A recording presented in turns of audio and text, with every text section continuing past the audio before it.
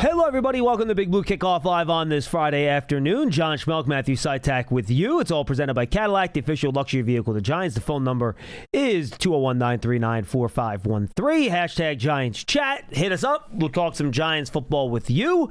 We're here in the Hackensack Meridian Hill Podcast Studio. Keep getting better. Mr. Citak, how are you, sir? I'm doing well. How are you? Doing all right. Welcome back. Thank you. Got 4 days of work at home instead of 4 days of work in the office, which is great. Got the garage cleaned, got the attic cleaned, and I got the basement cleaned. There you go. That's 4 days worth of work. Good times. So, a lot of stuff going on. We have the Giants rookie minicamp starting today. I was out there just walking around. Practice is literally going on as we speak. I did not have a full roster with all the numbers, so it's kind of hard to keep track of who the guys are. I do know who the Giants draft picks are because we have announced their numbers. I'll let you go through those in a second. A bunch of undrafted free agents as well. Giants Life released this morning, so we have that to talk about. So, Mr. Citak, why don't we start with the numbers? Because I know fans get obsessed with that. And I will just stress, this will be the first time I stress it, I will stress it again. These are subject to change. These are not final numbers. Do not go out there and rush and buy a jersey. There's a chance you will be very upset and disappointed in about 3 or 4 months. Do not do that. But as for now, here are our Giant draft pick numbers. Yeah, I'm just going to reiterate these 7 guys, the 7 draft picks. I can guarantee you with 100% certainty that not all 7 players will wear this number. Well, and the first one Citak's going to list is the reason why. Because, yes, I'll go in order, chronological order. Malachi Fields is wearing, for this weekend, the number 0. The number 0 belongs to Brian Burns. Oh, yeah, that's right. You'll see during training camp, this happens a lot. There's a lot of numbers get handed out to an offensive player and a defensive player. On the rosters that the media gets, it'll specify, 0 and the next to it, O or 0D. So Malachi Fields is wearing 0 this weekend. That is Brian Burns' number. He is not going to be wearing that number come week 1. No. But nonetheless, that is his number for this weekend. Colton Hood is wearing the number 12 for rookie minicamp. Jack Kelly will be wearing the number 51, formerly of Abdul Carter, but Abdul Carter switched to number 3. Opened up 51, so that is Jack Kelly. Arvell Reese is wearing 52. Then we have Francis Maui-Noah in the number 65. J.C. Davis in the number 74. And finally, Bobby Jamison Travis in the number 97. All right, so this is obviously a lot of, hardcore analysis here based on a lot of numbers and analytics. All right, here are the numbers I like, here are the numbers I don't like. Just for fun. Fields, I'm not even going to bother wasting time talking about that because he's never going to be 0. 12 for a corner is weird to me. Yeah, I agree with you on that. I feel like 12 is a quarterback number. I'm normally very, very open-minded when it comes to whatever players wearing whatever numbers. Oh, see, I'm the opposite. I am very I get into arguments with you and Dan upstairs all the time about this. But I do agree 12 seems a little odd for a cornerback. I don't think of a cornerback when I see the number 12. Wide receiver, I can understand. Obviously, we had a tight end that wore that number only a couple of years ago. Okay, but... Wait, who was 12? Darren Waller. Oh, it was Waller. Yeah. But a cornerback? I don't know. 51 and 52 are fine for linebackers. 52 is a good number. 51's a good number. I like those a lot. Any 50 number for a linebacker is going to be fine. Especially with Arvell Reese at least starting his career as an inside linebacker, 52, perfect. Rocking and rolling. I'm with you. 65 for an offensive lineman. Love it. Anywhere in the 60s or 70s, to be honest. Very happy with that. J.C. Davis at 74 is fine. And then I know Giant fans making note, Bobby Jamison Travis taking the Dexter Lawrence number at 97. Which, by the way, guys, let's pump the brakes there, okay? It's just, there aren't that many numbers available. That's one that just happened to be open, so we took it. I was going to say, defensive tackle belongs in the 90s. Yes. That's probably one of the only 90 numbers that were available. And I think that's what he wore in college, too. If I'm not mistaken. I just pulled plays for Film Room this morning. I believe, yes, he was 97, so correct. If he wants his old college number, that's probably why he got the number 97. It's not any sort of slight towards the former player that wore that number. No, absolutely not. Okay, the Giants also announced some of their undrafted free agent signings. They announced some veteran releases as well. We'll go through these next. Mr. Citak, so they continue to add a defensive line. Obviously, DJ Reader became official. I think that was yesterday that became official, or was it 2 days ago? 2 days ago. 2 days ago. Anyway, it's official. So he's here. I haven't talked about that yet, so we can talk about that briefly as well. Giants continue to add on the defensive line. Now, I have not watched any of these guys yet, folks. I'll watch them for next week. I have not watched them yet. Anquan Barnes from Colorado and Ben Barton from Wisconsin. Thaddeus Dixon from North Carolina. He's a player a lot of people thought would get drafted out of North Carolina, Thaddeus Dixon. Ben Mann, a long snapper out of Boston College. And Dominic Zvada, the kicker out of Michigan. A lot of special teams competition. Does it mean I have to start tracking long snaps during practice for accuracy for the rookie versus the veteran? I mean, it's not the first time we've had 2 long snappers in camp here. A couple of years ago, we had the same thing. Yeah, but I didn't really think that there was going to be a competition in that situation. Do you think there is an actual competition this year? With the way Harbaugh operates, that would not shock me just because of his, That's fair. My guess is that these special teams guys are personally selected by John Harbaugh. I could be completely mistaken about that, but I got to imagine he's I really like the spin on his snap. Could you see Harbaugh watching it look at that thing spin? For sure. 100%. And Dan, actually, upstairs, Dan Salamone pulled this out, that Ben Mann is the descendant of a former Giant. Mann is the grandson of Chuck Mersin, I think it's Mersin. A fullback who was drafted in the 3rd round by the Giants in 1965. How about that? He then later played for the Packers under Vince Lombardi and helped win the 1967 NFL championship game known as the Ice Bowl. Any other nuggets on these guys that you have, Citak, you want to throw at me? Do you want to give me a little thumbnail? That was definitely the most interesting one because, honestly, it's not like long snappers really have stats. If you go to their college bios, they don't really have stats. So in the little blurb about Ben Mann, there's 2 lines about his grandfather and then just 1 line about Mann himself, which I got a chuckle out of. And that 1 line is just that he went to Yale, where he played for 3 seasons before he transferred to Boston College. No question about it. But 2 other players, by the way. Zavada has... Yes. He's a notable player because... Yeah, go ahead. He's coming off this 2025 campaign where he did not have the best numbers, but in 2024, he was probably the best kicker in the country, if not the best, one of the best. In 2024, he was 21 of 22 on field goal attempts, which was a single-season Michigan record, and he was first-team All-American in 2024. Mm-hmm. He obviously, again, coming off somewhat of a down season, I believe his 17 for 25, right? Yeah, was not nearly as good this past season, but first-team All-American just 2 seasons ago, and now the Giants currently have 3 kickers on the roster. Yeah, they do. Jason Sanders, Ben Sauls, and now Dominic Zavada. I'm used to tracking field goals in camp, so that's fine. But I'm not used to. How are they going to split up all those reps? The long snapping. So just a couple of notes on some of these undrafted free agents. Anquan Barnes out of Colorado. You'll note both these guys are rather large, the defensive tackles, so they definitely fit into that nose tackle category. Anquan Barnes, 6'5", 340. Originally went to Alabama. Was there for 3 years before transferring to Colorado. And obviously Alabama has a very good history of defensive tackles. And then Ben Barton out of Wisconsin. Last year, 2.5 tackles for loss, a sack, started all 12 games from last year. And he was an all Big Ten selection. In a 4-time academic all Big Ten selection. So those are the 2 defensive tackles. Thaddeus Dixon, I mentioned. He broke up 6 passes last year, did miss the last 5 games with an injury. He was in Washington before that, where he was all Big Ten honorable mention in 2024 with 10 PBUs. Started at Long Beach City College, though. So he was a small school guy that kind of slowly moved up the ranks. Yeah, and again, this is a guy that a lot of people thought was going to be a day 3 pick. Obviously, he ended up going undrafted. Ended up here. I think that he's, of all these guys, in that sense, I guess he would probably be the most notable name. In just that, I don't know if any of these other guys were expected to get drafted. Thaddeus Dixon, most people I feel like thought there was a very good chance that he would go somewhere day 3, late on day 3, but day 3 nonetheless. And then Ryan Chernecki from Kirkstown. Yes, powerhouse. But he played 48 games there. Obviously, he's 6'8", he's 330, he's gigantic. Obviously, you're betting on traits there.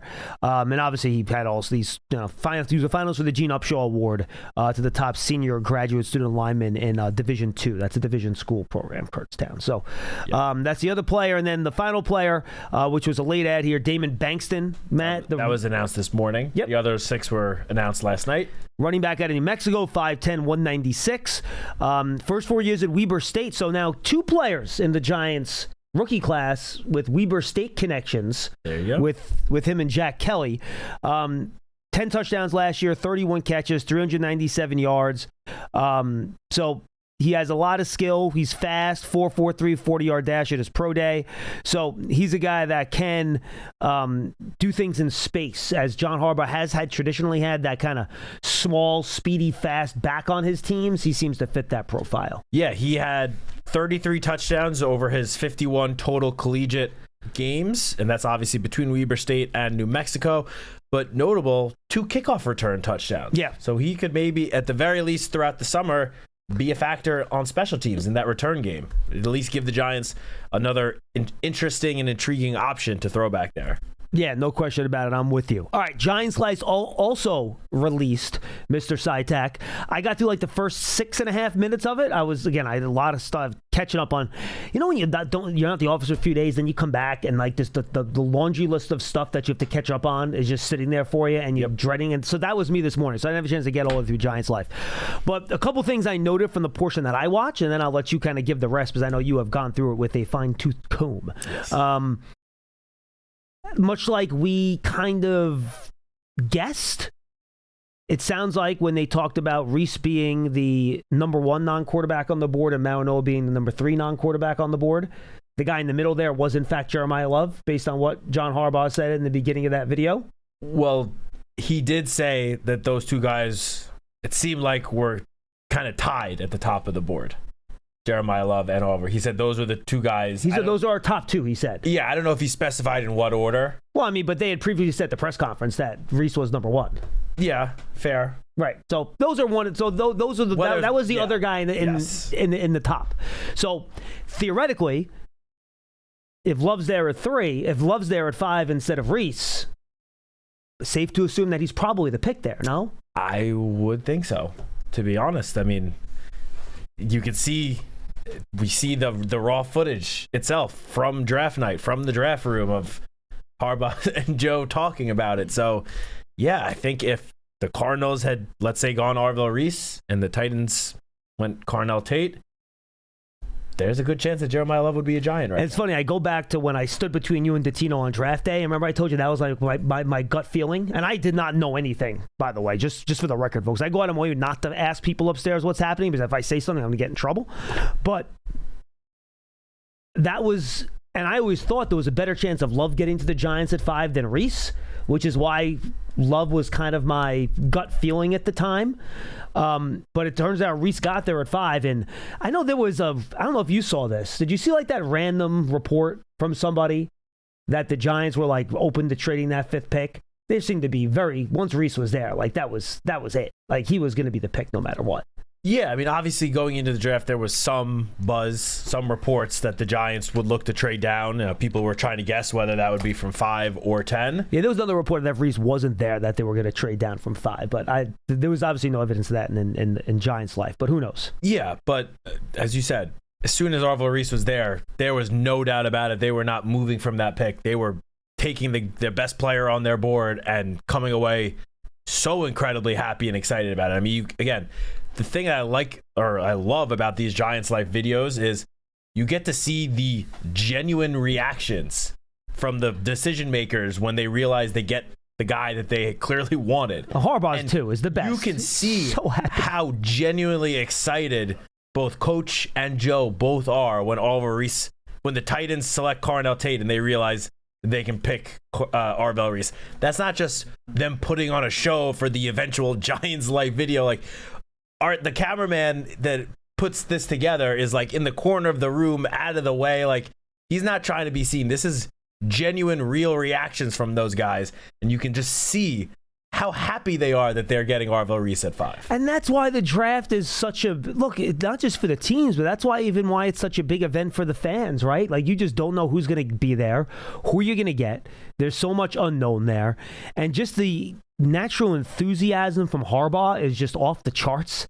He gets so excited. And again, there seemed to be a lot more consternation as to whether or not Maui Noa would get to 10. There was some waiting to make sure that Fano was indeed going to be the pick to the Browns there at 9. It sounds like wide receiver could have been an option there at 10 if either Tate or Tyson were still on the board. But John Harbaugh was quite pleased and happy once the Giants managed to get Francis Maui Noa. And I think the reason, and the more I kind of sat on this draft class during my time off, Matt, as I'm hauling crap out of my house, that this is really a John Harbaugh build the character of the team and personality of the team the way he wanted to build it. I think he did some of it in free agency, but as he pointed out in Giants Live video, the most fundamental part of team building is the draft. And you do it to build the personality of your team. And I think with a lot of these picks, it goes a long way to building a team that looks and feels like a John Harbaugh team.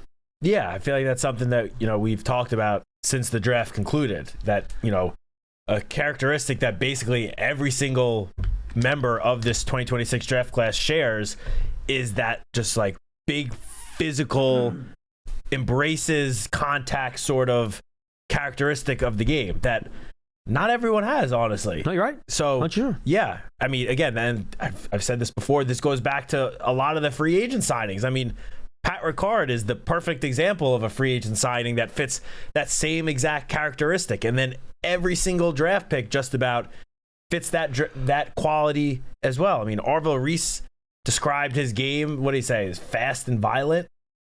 Francis Maui Noa, the first thing he says is, Jaxson Dart, I'll die for you. Like, and then, I mentioned this one of the shows with Paul last week.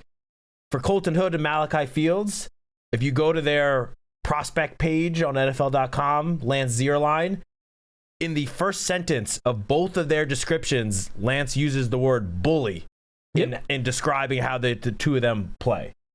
So, yeah, and again, and that goes to the day 3 picks as well. So clearly that sort of physicality, like I'm going to run at you straight on and hit you as hard as I can, that characteristic was something that they have looked for since the start of the offseason. No, I'm with you. All right, I want to get to Jay in Phoenix here because he says he has a meeting he's got to get to, Pearson. I'll make sure we get to him before he has to run, and then we'll touch on the rest of your Giants live takes, and we'll talk about his topic, which is, go ahead, what do you got? Just very, very quickly, yes. Just seeing that the NFL has confirmed that schedule release will be next Thursday, May 14th. Thursday. All right. Usually it's a Wednesday. They're going for Thursday this year, huh? So. All right. Sounds good. All right, let's go to Jay in Phoenix. He wants to talk about DJ Reader, then we'll give our take on that too. Jay, what's going on? Yeah, you guys were talking about the Giant Life video. I did check that out this morning, too, before work, and it's awesome. I think what makes it so much fun is, like you said, you see the emotional reactions of the decision-makers making the picks, but it's fun to see the guys, the kids getting drafted and their families. Like, especially, I'm sure we're going to see it in the next part 2 where we'll see Colton Hood's video, but just to watch that emotional release of just, he did it. He accomplished what he wanted to do, and he got picked by the Giants. Which was, and Jay, which is like 18 years of work. People think, the draft process and all that stuff.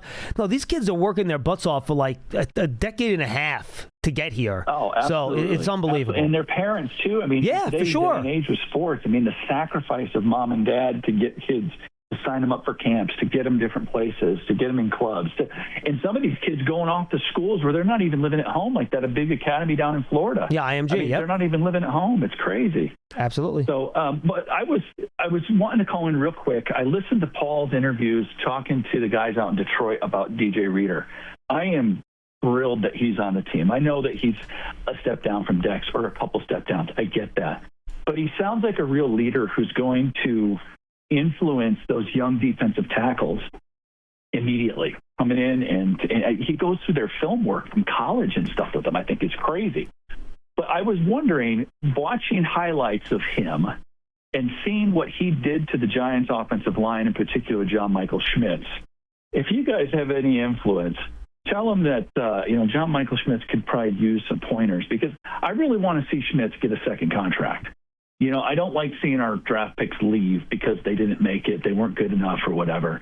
But I'd really like to see him get a new contract, and I think that DJ Reader might be able to help him because that's the type of defensive tackle that he struggles against. So going against him in camp, maybe getting some pointers from Reader, I think will really help Schmitz. But that's all I had to say, guys. I got to run, so we'll talk to you later, and have a great weekend. Appreciate the call, Jay. Thank you. Jay. Yeah, I mean, Schmitz is, they go against Dexter in practice.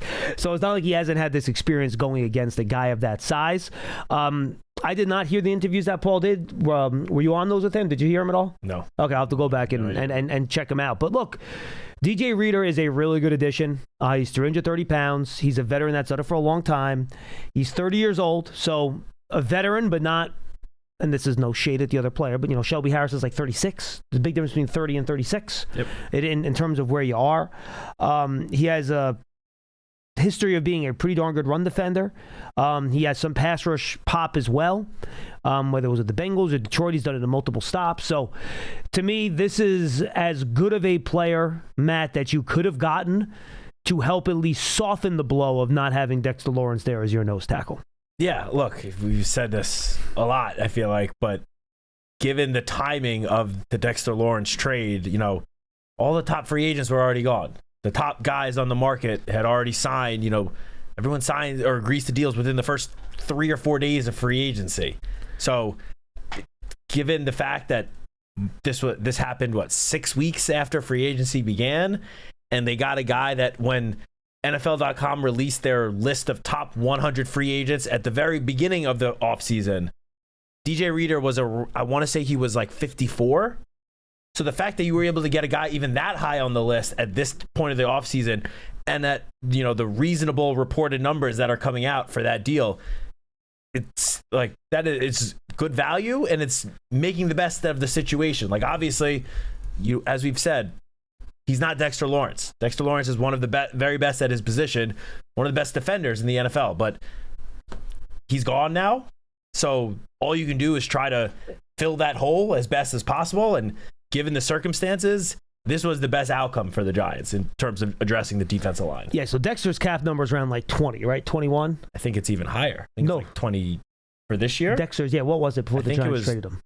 26 or 27. Yeah, let me take that back. His base salary. Oh, the base salary. That was about 21, right? I believe because the other one was prorated signing bonus, if I'm not mistaken, right? So the reason I'm trying to figure out the math. So the Giants saved around, let's say, 21 on the trade, right?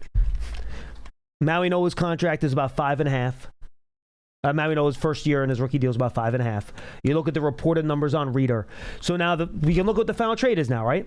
Would you rather have Dexter Lawrence or Maui Noah, Reader, and then an additional $8 million to spend?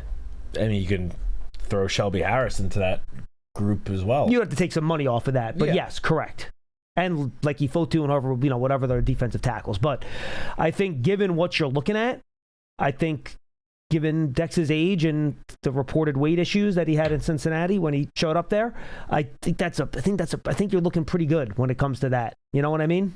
Yeah, I mean, look, the very biggest thing, which I said since the day the trade was announced, was that Dexter Lawrence just didn't want to be here. You shouldn't want anyone in this locker room that doesn't want to be here. Yes. You don't want to be keeping someone hostage, so to speak, who's supposed to be the leader of your team. But a lot of times, though, as you know this, when you have a player that really doesn't want to be somewhere, other teams like to try to take advantage of that and get that player on the cheap. I think given the situation, the Giants did as well as could possibly be expected. 100%, because on the other side of that trade was a Cincinnati team where, if you want to believe the reports coming out of Cincinnati, were a little bit desperate to bring in some sort of star power name in order to appease their star quarterback. And by the way, I understand the trade from the Bengals' perspective too. For sure. Yeah, 100%. Absolutely. Their defense needed a big boost. 100%, because the defense has been holding that team back for years now. So Dexter Lawrence is certainly going to help their defense. And there was no unless you want to count Ruben Bay in that conversation, and maybe they didn't like him with the arm length. There was no dominant defensive player that was on the board there at 10, unless you wanted to draft a safety in Caleb Downs. No, and they're, at a stage where obviously they have the established star quarterback in Joe Burrow, the wide receivers, the weapons around him with Jamar Chase and T. Higgins, other notable players around the roster where they can kind of risk taking that all-in move. It's a win now team. Yeah, Correct. they're ready to win now. Will they win a Super Bowl? I don't know. I think they're still have a uphill battle to climb, but obviously Dexter Lawrence gets them a little bit closer to that. And so from their perspective, I understand rolling the dice and making this huge trade to get that impact player that clearly they didn't think they were going to get at number 10. All right, let's go to John in Cape Cod. John, what's happening? Hi, good afternoon, John, Matt. Love the show like always. Thank you. Thank you, John. There were just a couple of things I wanted to talk about and then discuss the last one off the air. When you mentioned Chuck Mercine, it reminded me of a story. The other guy that went to Green Bay from the Giants was Bob Hyland. And I knew Bob because he had a restaurant in White Plains. We were discussing stuff one day, and he told me that the Giants had a pipeline. There was a pipeline between the Giants and Green Bay. And coincidentally, a friend of my father-in-law's was a guy named Ed Franco, who was one of the 7 blocks of granite that played with Lombardi at Fordham. Okay. And Ed scouted for the Giants part-time. I'm scouted for Green Bay part-time, and probably had something to do with getting Mercine and Hyland both onto the Green Bay team. That's interesting. Yeah, very interesting story. I met Ed Franco several times, and he was huge. Later in life, which I found interesting because when Lombardi played on the Fordham line, he was about 165 pounds. Wait, was he really? Lombardi.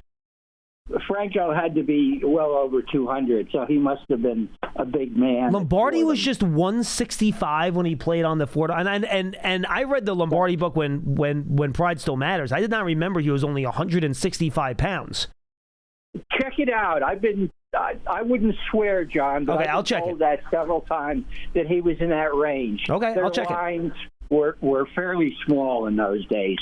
Anyway, I live in Patriots territory now, so I got to see the Ravens a lot.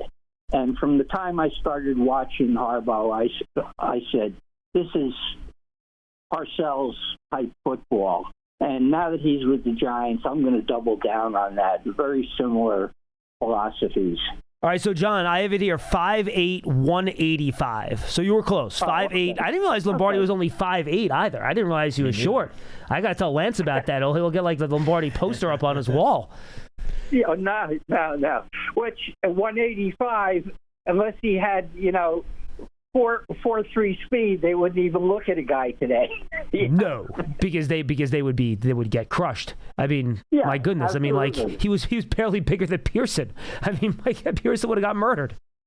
Yeah. Pearson taking shots. It's not a shot. It's just say it. I think 5'8", 180. 5'8", 180 is a little bit big, tall, a little bit heavier than Pearson. I mean, there are exceptional players. And there always have been exceptional small players in the NFL throughout its history. Go all the way back to Buddy Young. But anyway, or Nolan, the guy they called Super Nat. Anyway, the one I want to leave you with is I'm trying to get my head around these situational positions. Sure. Now, for most of the years in the NFL, there were 4-3 or 3-4 teams. When you say that the snaps for McFadden should be reduced, that assumes the Giants aren't going to play many three linebacker sets. Is that because with the hybrid type defenses, they're playing more DBs? I'll take this discussion off the air, guys. Thanks for a great show. No, thank you, John. No, and I think that's a good question. Look, we have not seen Dennard Wilson's defense in action yet, so this is us just presupposing based on what he did in Tennessee. But when they were in base in Tennessee, they were a 3-4 defense. So that has 2 inside linebackers and 2 outside linebackers. Your 2 outside linebackers, in theory, would be a combination of Burns, Thibodeau, Carter. Yep. Your 2 inside linebackers, in theory, will be Reese and Edmonds. Now, might they at times, when they're in base, which by the way is probably only going to be, depending, some games they'll not be in base at all. Yeah. Other games they'll be in base for like 10 plays, 15 plays. Whatever the base defense is, it really doesn't matter. No, it doesn't matter anymore. And this is where I'm going. You're 100% right. Maybe you have Reese on an outside linebacker and base on one of these 3-4 base snaps, but whatever. More than often than not, it's going to be a 4-2-5. 4 down linemen, 2 linebackers, and 5 defensive backs. Now, one of those DBs might be a safety. The fifth DB might be a safety. The fifth DB could be a corner, depending on the team you're playing, the matchup, and who you want to have out there on the field. But in those situations, your 2 defensive ends in that 4-man front will be from that group of outside linebackers we talked about, right? Thibodeau, Burns, Carter. Now, I think Chauncey Golston could also be in that mix as well as one of those potential 4-3 down linemen. And then you'll have Reese and Edmonds as your 2 inside linebackers off ball. So that's why I think, in my opinion at least, Matt, McFadden snaps on defense.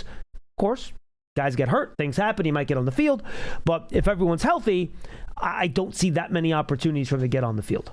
Yeah, I mean, he would have to overcome either Arvell Reese or Tremaine Edmonds, which I don't think that's happening. And by the way, and that is through no fault of Micah McFadden. No, by no means. But, I mean, Tremaine Edmonds obviously has a pretty long track record of proven success in the NFL, and the Giants went out and signed him pretty early on in free agency to anchor the defense. And we've already spoken about how much John Harbaugh, Joe Shane, the whole coaching staff and front office love Arvell Reese. He was the top player on their board. So I think it would be tough for him to overcome those guys. And then it's like, is he going to be taking snaps? Like, are they going to use a formation to make sure McFadden gets over the field over Abdul Carter or Kayvon Thibodeau? Unlikely.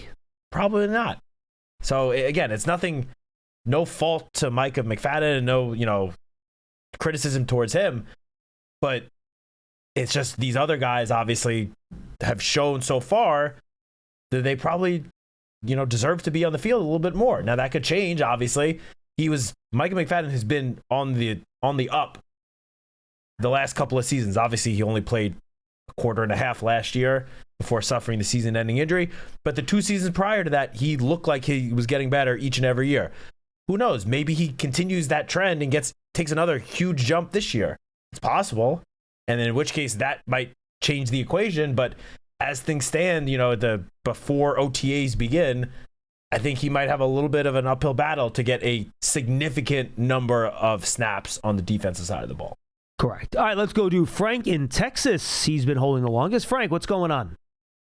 Not much. First of all, long-time listener, first-time caller. Absolutely love the show, guys. Thanks for calling in, Frank. And more importantly, thanks for listening, man. Absolutely, yeah. I've been listening for a few years and, try to listen live when I can, but mostly catch it after the fact. So glad to be able to call in today. Thank you. Appreciate it. Yep, so I just have one question for you guys, and I'll take the answer off the air. But, as most Giants fans are, I'm super excited about Jaxson Dart's rookie year and the success that he had both on and off the field and the way that he carries himself. But what usually leads to a regression in year 2 for quarterbacks? And then what do you think Coach John Harbaugh will do as a veteran coach to prevent that from happening? And I'll take the answer off the air. Appreciate it. Frank, I think that's a wonderful question, to be honest with you, because I don't think this is something we've talked about enough, Matt, this offseason, just because there's been so many changes, right? Yeah. New coach, the draft, the picks, and all that stuff. But really, and I think this is a good part of a longer conversation we can have, and Kingsley will get to you, don't worry. But really, if you want to look to me, when I look at things that I'm not positive about, that will have the biggest impact on how good the Giants are going to be in 2026, pardon me. The top 3 item on that list is how well does Jaxson Dart play? And that has nothing to do with him as a player or my high hopes for him or what he showed as a rookie. You just never know what a quarterback's going to do in his second year. We've seen guys take big jumps. We've seen guys take steps back, and we've seen guys kind of become static. So what does Jaxson Dart look like this year? And this goes to his question, I think was a good one. What leads to those dips, right? And I think there are a few different things. The environment being the number one. And that's obviously a very broad way to state it because there are different parts of that environment. Does the offensive system change, right? Now, there's no guarantee that if it does change or doesn't change that, C.J. Stroud had the same offensive coordinator in year 2. Still had a big regression. The offensive coordinator got fired after the year. Yeah. But So is the change always a good or a bad thing? There's no way to know. But change an offensive system. Does the offensive line hold up in front of the player? Well, the Giants have added to the offensive line. It should be better with Francis Mauigoa sticking in there at right guard and everyone else returning, right? The wide receiver room. This would probably be the biggest question. But then you think about it and you're like, hold on a second. Dart really didn't play with Malik Neighbors last year either. He did not at all. Exactly. They had a quarter and a half together. Correct. Now, you lost Wanda Robinson, but you're bringing Fields, you're bringing Mooney, you're bringing Likely. That should, in my opinion, mitigate the Wanda Robinson thing as much as you need it to be. So you don't see much of a dip in the wide receiver room, in my opinion. So I guess... And you add Isaiah Likely as a pass-catching option. Correct. So I guess the only place where I could say that I would have worry about the regression is just the new offensive system. But does that help him? Because now teams are seeing him do different stuff, so they're not as prepared for him. So I don't think there's an obvious reason you're staring at for why there would be a regression, aside from, again, the offensive system change going from year 1 to year 2. Well, something you just said there carries perfectly into what I was going to say, in that I think one big thing that will sometimes determine quarterbacks either making the jump or taking a step back in year 2 is you now have... in not all cases a full season. For Jaxson Dart, I think it was 12 games total. Mm-hmm.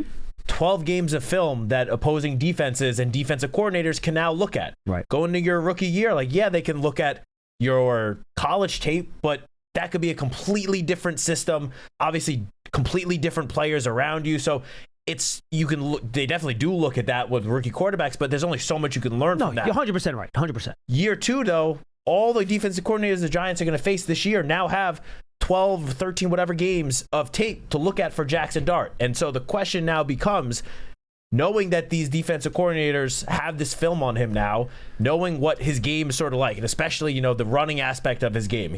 We all saw he likes to run with the ball. That's a big part of his game.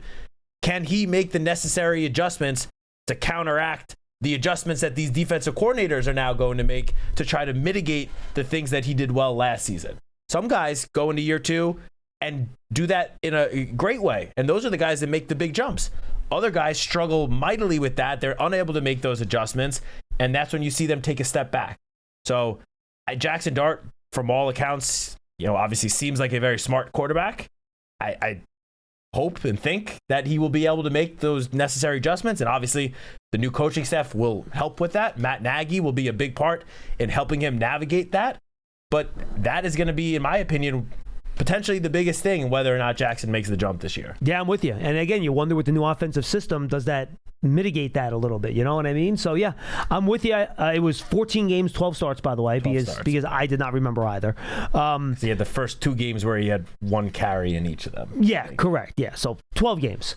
But look, you're right. And I think how Dart does in year 2, and guys, look, there is some level of,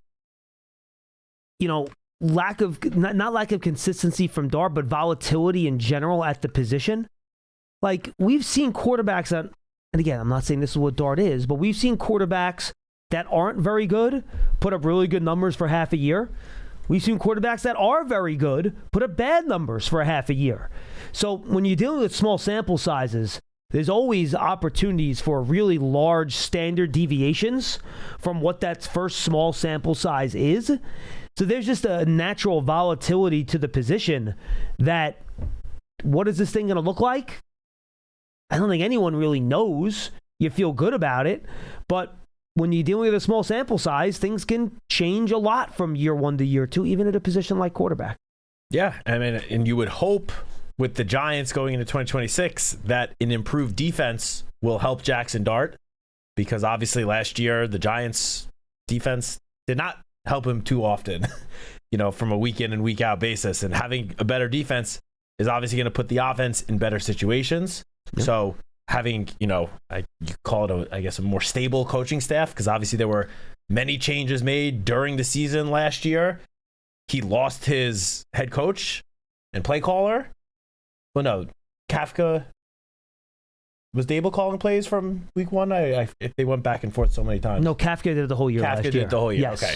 But you lost, obviously, your head coach. I had to think about that, but yes, I'm pretty sure Kafka did it the whole year. Your offensive coordinator and play caller then took over as head coach, and then you had a new offensive coordinator.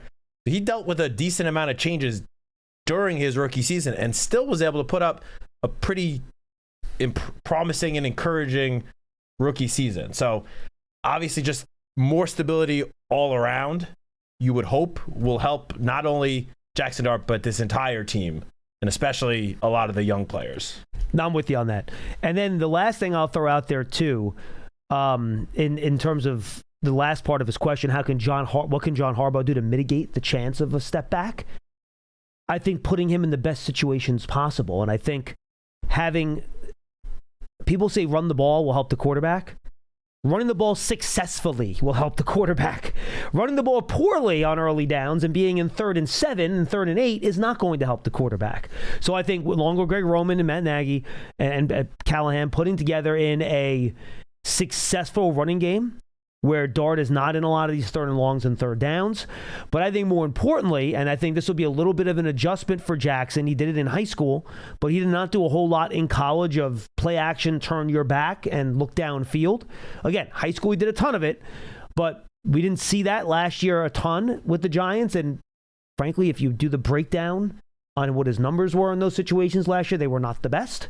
So if you can get him used to turn your back, under center, play action pass, those are always early downs, some of the most successful passes for quarterbacks. It's the most efficient. You get the most EP out of those plays. You get downfield plays a lot.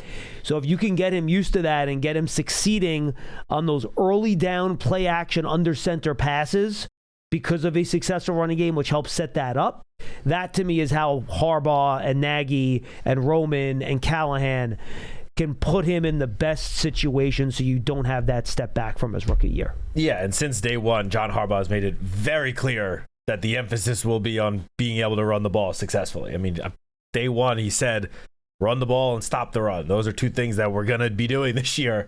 And those are things, obviously, the run game did have success last year, but Jaxson Dart himself played a big part in that. He had added a lot of rushing production, which led to those overall, top of the league rushing stats. So obviously you still want him to be able to run the ball himself, but you hope that, the Cam Scadaboo, Tyrone Tracy, Devin Singletary, the running backs will carry a lot of that load this year. And again, as you just mentioned, having a successful run game is going to set Jaxson up to succeed in the passing game. If teams have to actually honor your running game and be somewhat scared of it, then that's going to set things up and open things up for the passing game. So I'm with you 100%. Which is what you had before, even Tyrone Tracy did a nice job, but especially before Scadaboo got hurt last year, yeah, you were in that situation. All right, let's go to Kingsley in Brooklyn. Kingsley, what's up? Hey, guys. Good afternoon. How you guys doing, John and Matt? We're great, man. How are you? How are you? I'm good. I don't know if Matt remembers, but I actually called during draft day, and we talked about John Harbaugh's quote of winning football guys. Yep. And we were trying to think of which players in the draft would exemplify that. I had no idea of how Reese would fall to 5 because he actually plays with a very violent style. Yes. That's very, very indicative of what the Giants are becoming. And it made me think, do you guys think that coaches or GMs take into account the personalities of their quarterback and say, let's surround this guy with as many guys that fit his on-field personality, like how Cam Scadaboo fits Jaxson Dart's personality. Even Maui Noah fits that personality. Or do you think this just happens to be like a happy coincidence? I don't think necessarily that you look for players that match your quarterback's personality, but you want your quarterback to match the personality and like the identity of the overall team, which I do think Jaxson Dart's personality, his mindset matches perfectly with John Harbaugh and, loving football, wanting to be here every day. So it doesn't surprise me. I mean, again, from John Harbaugh himself, Jaxson Dart being here played a big role in him wanting to come coach this team. So I think those two personalities matched up to start, and then everyone else you're adding, I don't know if necessarily you want to credit to matching Jackson's personality or mindset. I think it's more of matching what Coach John Harbaugh wants to do, and Jaxson just fits perfectly into that mold already. Exactly what I would have said. Okay, thank you, guys. Perfect answer. Thank you. Thank you, Kingsley. Appreciate it. No, but I think you're right. And it just so happened that Dart has the personality, right? Like, for example, just to give a little bit of a different type of player. Let's say Kirk Cousins was the Giants' incumbent quarterback, all right? I think Kirk and Jaxson probably have a little bit of a different personality. Fair. Just a little bit. Just a little bit. I don't think you're drafting guys to match Kirk Cousins' personality. And again, I'm a big Kirk Cousins fan. This is not a knock at Kirk Cousins. He's just a very different personality than Jaxson Dart. Although him and Fernando Mendoza do have a pretty similar personality. They do. That is true. They actually do. But I don't think you're matching then with your quarterback personalities, to your point. I just think you're trying to match your football team's personality, and Dart happens to fit into that cluster. Yeah. I'm with you on 100%. All right, let's go to Al in Minnesota. He's up next. Hey, Al. Hi, Matt and John. How are you guys? We're good. Good. How you doing? I'm doing okay. I'm driving, but yeah, I want to just argue with one thing John used to say, that when the opposing team successfully make 10 or more yard rushes or runs, that falls on the secondary. I don't think that this is all the 100% true all the time. I think it depends on the scheme. So if the defensive line is preoccupied with pass rushing and blitzing, and there are some gaps, and then the secondary were assigned coverage, man-to-man coverage, they will not be able to cover for any running back who escaped the defensive. No, Al, you know what? You were right. That you're 100%. I'm not going to argue that. In that specific situation you're talking about, if you're playing man defense in the secondary, though usually your safety or two are not going to have man responsibilities on a play, so they're still going to be free to come up and make a play. But you're right. If you're running like a crazy twister stunt and it opens up a huge gap in your line and your linebackers are bailing to cover a tight end or a running back, and you know your one of your safeties is covering a tight end or a slot player, then yes, you're right. That can certainly lend itself to allowing more explosive runs. I don't disagree with you. I think that's a really fair point. Well, thank you. The other point I want to predict, now that we have, very good pass rusher and linebackers, I think that the opposing teams will throw more balls, and with that, I predict that our defense will have more interceptions this coming season. I really do. No, look, I think there's a good possibility that if you make teams throw and you put them in tough situations to throw it, third and longs and stuff like that, you're naturally going to have more opportunities to have interceptions. And the last point I want to make, I think John Harbaugh, with relying on a strong fullback, I think he likes to have big runs, and I think chances of making big runs will be more likely if you have a fast running back. And in my opinion, if Singletary is tradable, I think Turbo Miller might be more valuable in John Harbaugh's team than Singletary. And I don't know if you can get any free cash by trading Singletary. I mean, that's just a note. No. Thank you, guys, and I'll take your answer off the phone. Al, great call. Great call. And look, I think we've seen the history in Harbaugh's teams. He likes to have that one really fast running back, whether that's Turbo Miller, we talked about the undrafted free agent they signed, or somebody else. I do think there is room on John Harbaugh rosters, in John Harbaugh running back rooms, for that burner running back. Tracy's fast, but he's not like a 4-3 guy. You know what I mean? Yeah, and just what Al said about Singletary, it was reported months ago that he agreed to restructure his contract. And so obviously that's not something that we, officially announced in any sort of way, but the reports are out there that, he had a little bit of guaranteed money left on his deal, and the reported restructuring brought his salary down to that guaranteed number. So, and which basically, by the way, folks, if you only have 1 year left on your deal and you restructure your contract, that's another euphemism for pay cut. Yeah. So if the Giants were to cut him, which it's still possible, right?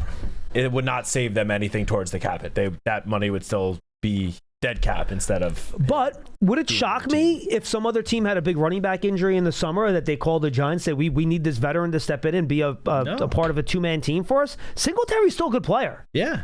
He can still play. So no, that would not shock me. Solid in the limited action that he got. And he is right, though. If you have a lot of movement up front and you're playing man-to-man, that can allow some big runs down the field. I don't think that was a reason for a lot of the Giants' big runs over the last couple of years. Maybe you go back to Wink Martindale when he played a ton of man. Yep. Then maybe about that season, sure. But that to me was more of a taking bad angles, missing tackles, linebackers not filling the right gaps when they were supposed to. And now, obviously, part of that's the defensive line. Because if the defensive line doesn't allow that initial gap, you're not going to have that big run down the field, right? So that's part of it. Yes, absolutely. But it has to do with what's happening in the back half of the defense too, is my only point. 100%. All right, final call of the show. Let's go to Braden in California. Braden, what's happening? Hey there. Thanks for having me. How you guys doing? We're good, man. Thanks for calling. What do you got? Sweet. All right. So, the Giants draft Arvel Reese, and I'm looking at all the mock drafts, and everybody has him labeled as an edge rusher, And then Harbaugh clears up all the confusion, says we're going to put him at a linebacker next to Tremaine Edmonds, right? Yep.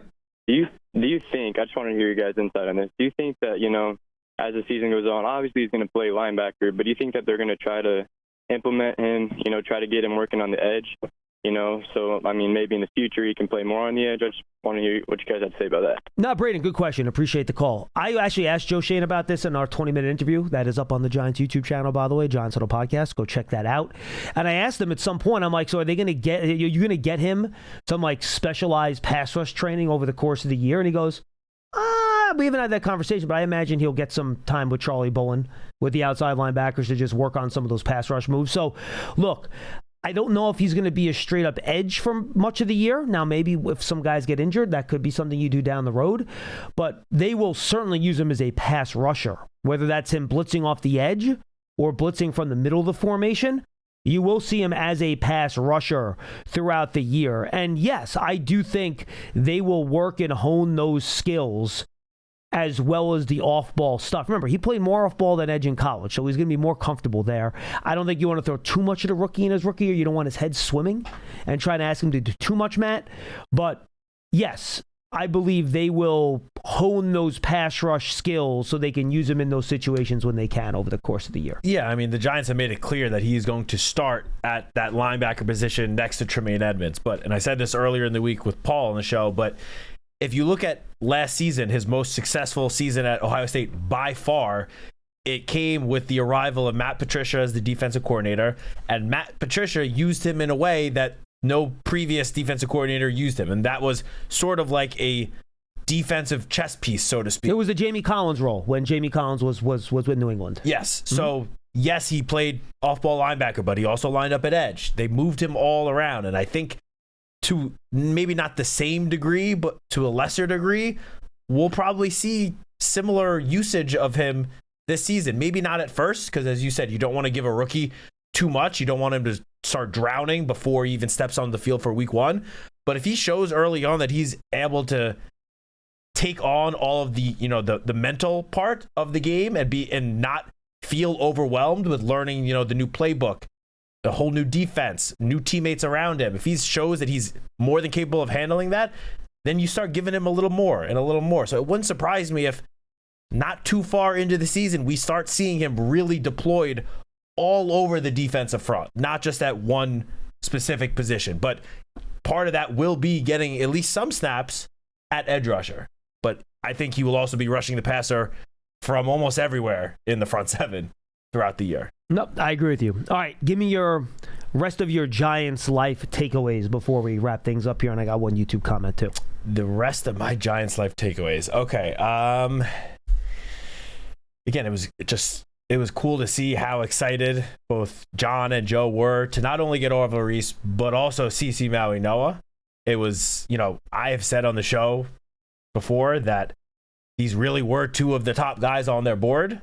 And if you didn't want to believe me, you could watch their genuine reactions and the quotes that they give in the moment when they find out that they are landing, as I think it was Joe said, two of their top 4 or 5 players on their board, which they literally never thought was going to be a possibility. I know they said that in the press conference after the first round, but I feel like some people maybe didn't believe them because, sometimes coaches, GMs just say that. But they genuinely said it right in the moment in front of the cameras. Like, they meant it. They were shocked that they were able to get 2 of their top players. So that was awesome to see. It was nice to see. I I got to see the two guys, the top 10 picks, when they were actually in. So that part of the show, I guess, wasn't new to me. But, but I'm very much looking forward to the next part with Colton Hood and Matt. I'm assuming the next part covers day 2. Yeah. I don't know yet, but Colton Hood and Malachi Fields, and especially seeing Joe sort of work the phones, because it seemed like, according to reports, that a trade back in round 2 was a possibility. Yep. So it would be interesting to see him work the phones. And, you know, I've said this before, that, and they said it, that Colton Hood going into day 2 was their top guy on their board. I know a lot of people seem to think that when the Houston Texans made that trade to jump above the Giants, that they swiped McDonald right from the Giants. I have told you guys that was not the case. I hope that is depicted in the show, and you guys can see it yourselves, that Colton Hood was going to be the pick if he was there.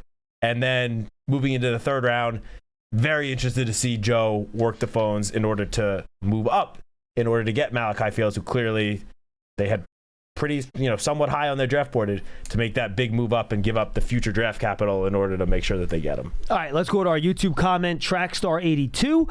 For one of next week's episodes, can you guys do a way too early 53-man roster? And maybe any underdog players you see having a chance to make the roster. All right, Trackstar, we'll do this. Can we watch a week of OTA practices first? I was going to say, before OTAs is tough to do that. Like, it's tough to see the underdog players that might have a chance to make it. It's tough to make that call when you haven't even seen some of these, undrafted rookies play with the veterans on the team. I totally which we agree. won't see until OTAs. So yeah, can you give us another week or 2? And all right, so here's what we'll do. The final week of OTAs is June 1st, all right? So we get 4 practices that week, all right? And then you have minicamp the following week. I'm not asking for all of that, because I think that's asking for too much. I think we have too much information then. Let's plan, and I don't think I made the BBK schedule for this week yet. Let's do it the week of June 1st, because that'll give us 3 months before the final roster is made at the beginning of September. Okay. Let's do it that week. And then, of course, we'll do our 53-man projections at the end of August like we always do, but I think that's a fair time to do it, right? We'll do week of June 1st. We'll do our far too early predictions for that. That make sense? Because, like, right now, we haven't seen these rookies, the undrafted guys, at all. And we also don't know, there's a full roster of guys out there right now. There could be more signings. We don't know. We have to see what happens over today and tomorrow. By the way, did you see the one message that Dan sent us while we were on air? No, I did not. The one report from the field, because Dan Salamone is currently at practice. He just wants to be outside in the sun. A report from the field, Arvell is massive. Yeah, he is a large man. That much we knew, all right. I walked out there for 20 minutes just before here to walk around and see what was going on, and yes, Arvell Reese is as big as you think he is. And Tremaine Edmonds next to each other. It's got to be the biggest pair of linebackers the Giants have had in a long time. Yes, and Maui Noah actually looks, I'm not going to use the word small because that's not what I'm looking for, not as wide as maybe I thought he did on tape. I don't know if he dropped a little bit of weight, which would not be a bad thing, by the way. If he's 320 instead of 330, that's fine. But I felt like he looked a little bit more svelte and maybe less baby fat on him than maybe we would have seen on tape. He is only, 20 years old right now? Yes, correct. He's a baby. He's a baby. So, Pearson, you weren't offended by me comparing you to Vince Lombardi, were you? No. Okay, good. I would hope not. Nope. Good. I think he's just happy that you haven't brought up the Celtics yet. Well, that was going to be what I was going to do We next. don't talk about the NBA. We're a football podcast. Are you doing all right, Pearson? I'm fine. He's You're had good? enough time to process it. I legit can't watch NBA anymore. I'll watch the finals. That's about it. You were it got you that badly? I mean, we were up 3-1. Nah, I know. If Tatum plays in Game 7, you think the Celtics win? Not if he's playing hurt. Probably. If he's healthy. If he doesn't get hurt. Yeah, probably. Yeah. You must be happy, though. You don't have to face the Celtics. I have one more for him. Are both Jaylen Brown and Jason Tatum on the Celtics Game 1 next year? I'm leaning yes. Oh, only a lean, though. That was not a lot of confidence. I don't hate the idea of Tatum and Giannis together because we need more big men, and I think Giannis could be a great forward. Like, we just keep our big Well, I'll say this. The Bucks will not get a better player than Jaylen Brown for Giannis Antetokounmpo. Jaylen Brown's a top 10 player. What about Michael awesome. Porter Jr.? He can't even not laugh after he says it. No, I'm kidding. Don't worry.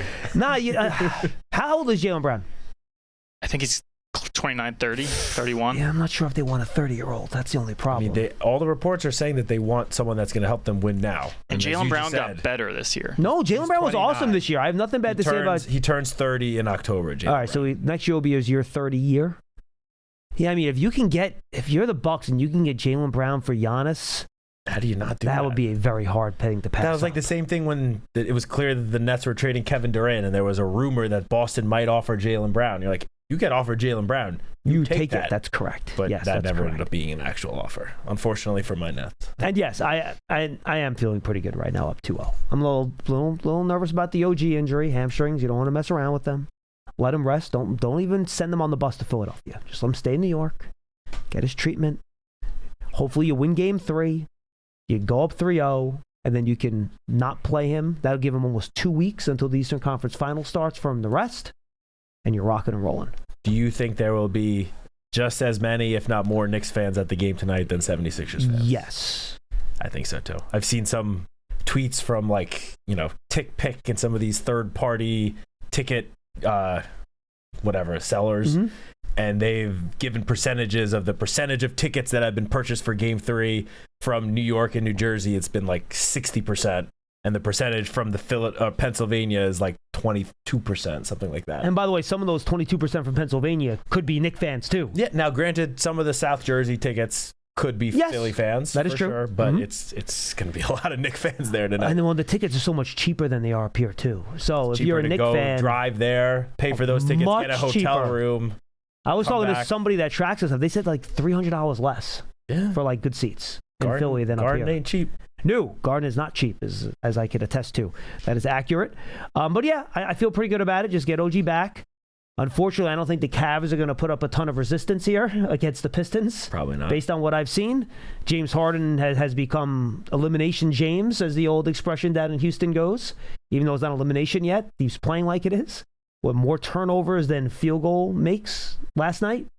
Not what you're looking for. You gonna wish me luck though? My finals is on Sunday. Sunday afternoon. Draft lottery on Sunday now. 3 p.m. How you feeling? Not good. Yeah, because we never end up getting lucky. We're talking about the draft lottery for those that could not figure that out. No one understands not being lucky in the lottery better than Knicks fans, as a team that has not moved up since Patrick Ewing in 1984. You got Patrick Ewing. Yeah, I mean, it was. You got the third pick. You got R.J. Barrett like not too long ago. Yeah, but they moved down in that draft class to get R.J. Barrett. They didn't move up. Give me a top 3 pick. We had the third worst record, so we have the top 3 odds. So you're number 3 in the lottery odds. We're number 3. Just isn't it the top 3 are the same though, right? Top 3 you all get the same odds. Yes. Yeah. What do you think of the new tanking rule that they put out there? I'm just glad it doesn't start this year. Let us the next year, sure. It's not this year. I know the Arkansas guy is really good. I have not looked at all at who I know it's supposed to be a really good draft class, but apparently it's supposed to be. Oh yeah, the BYU kid. I know him. He's supposed to be really good. There's one of the Boozer twins. Yep, that's true. The bigger one, right? Yeah. Duke Cam. And then the biggest question mark is the Kansas guy, who could be the best player, but seems like, I don't know, so if you want to call it like personality issues, maybe. Really? So he could be the best player, the Kansas kid, huh? I'm not familiar with the Kansas kid. Okay. It was Peterson, I think. Did Kansas not make the tournament last year? I don't remember seeing them play. I don't think so. They did? They did? Did they lose in round 1? I don't remember seeing Kansas in the bracket when I was looking at the bracket. There's a top 3, maybe 4 players in this draft. Just give me one of them. So basically don't pick 5th is basically what you're telling me. It's going to be the same as last year when the Nets had, the 5th or 6th best odds, and we dropped to 7th or 8th when there was a clear tier of 6 or 7 top players, and then the Nets were the first team out of that tier. And that's how we ended up with Igor the Demon. Yes, Pearson. Kansas was a 4 seed. They were a 4 seed. They lost to St. John's. St. John's beat them. That's right. Yeah, that's a bit. I wasn't as locked in on the tournament this year as I usually is. Yeah, I don't envy you though. As someone that I don't know who would for like 15 years, the only important thing that happened like in February to June for your basketball team was the draft lottery odds. It is so stressful. Because you have no control and it's just dumb luck. And it basically defines whether or not next year is going to be like useful or not. And it stinks. It's I terrible. made the mistake going into last year, just fully convinced the Nets were going to win and get Cooper Flag, and then literally the worst possible outcome happened. So I was severely disappointed. And Cooper Flag's pretty good. It's pretty good. Have you done? Mavericks get the first pick. Oh, don't even start with that. Quit the NBA if that happens. Don't even start with that. Have you done it? How many times have you done the like lottery machine? I have not done it once. Do it right now. Let's see what they pick. No, I want to see it. No, we're doing it once. You're doing it. What website is that? Is that on? Hold on. We will find it. But we're gonna do it once here. This will be the only time you do it. Tankathon? Sure. I'm not sure if they let you run it. Yeah, sim lottery. All right, we're doing one sim lottery. Second pick. All right, there we go. I'll take it. Who picks first in your Memphis. sim? And Washington 3. Okay. Give me that. Dallas. Oh, Dallas, the fourth pick though. We'll pass on that. All right. Mr. Citak, have a good weekend. You too. Good luck in the lottery. We are going to have some coverage, by the way, of Minicamp tomorrow, rookie Minicamp tomorrow on Giants.com. So check that out. I will be here. The family's unhappy, but I will be here. And we'll cover that. And make sure you stay tuned. Next week, it's another slow week, but then we have OTAs the week after that, and we'll have coverage of that right here on Giants.com. Next week, I believe, is the final week of Phase 2 of the offseason workout program, and then they come back the following week, and it's OTAs and Phase 3. And we'll They're allowed to do a little bit more on the field. And we'll have some fun with schedule release next week, too. So that'll be a big piece of news on Thursday. The NFL is now confirmed next Thursday. So stay tuned for that and a whole lot more coming on the Giants Huddle podcast feed. We should be having scout interviews going up there. The guys that scouted the Giants draft picks this year. We have compilations for all 4 players. We hope that's going to happen. And make sure you go check that out on the Giants YouTube channel and Giants.com.